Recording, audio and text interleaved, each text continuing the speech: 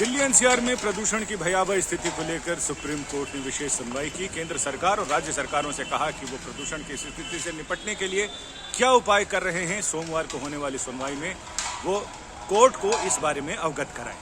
Chief justice N V Ramana, justice Chandrachud और justice Suryakant की विशेष पीठ ने शनिवार को इस मामले में सुनवाई करते हुए बच्चों का मुद्दा भी उठाया। जस्टिस चंद्रचूड़ ने कहा कि सुबह 7 बजे जब दिल्ली की हवा इतनी खराब है और आसपास के सभी शहरों में 7 बजे सुबह बच्चे स्कूल जाते हैं, बच्चे एक्सपोज हो रहे हैं, ऐसे जहरीले माहौल में सरकारें क्या कर रही हैं। जो पिछली बार की सुनवाई में पिछले साल भी सरकारों ने कहा था कि वो पराली जलाने से रोकने के लिए कई तरह के उपाय कर रही हैं। बायोडिकम्पोजर का इस्तेमाल किया जा रहा है, मशीनें मुहैया कराई जा रही हैं, आयोग बनाए गए। आखिर इसमें क्या प्रगति हुई, सरकारें बताएं।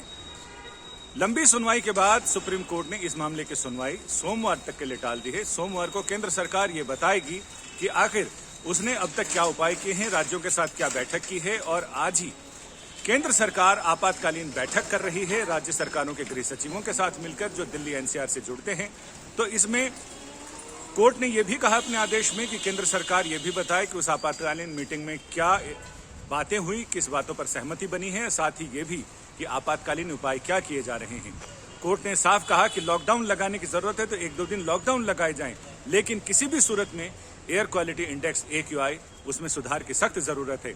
यह भी कहा गया कि एक डेंगू, इसके अलावा कई तरह की बीमारियों से पहले ही एनसीआर जूझ रहा है, जिसमें कोविड है, डेंगू है, वायरल बुखार है, इन तरह की चीजें हैं। इसके साथ ये एक और दमघोटू धुआं अलग आ गया है जिस पर लगाम लगाने में नाकाम हो रहे हैं।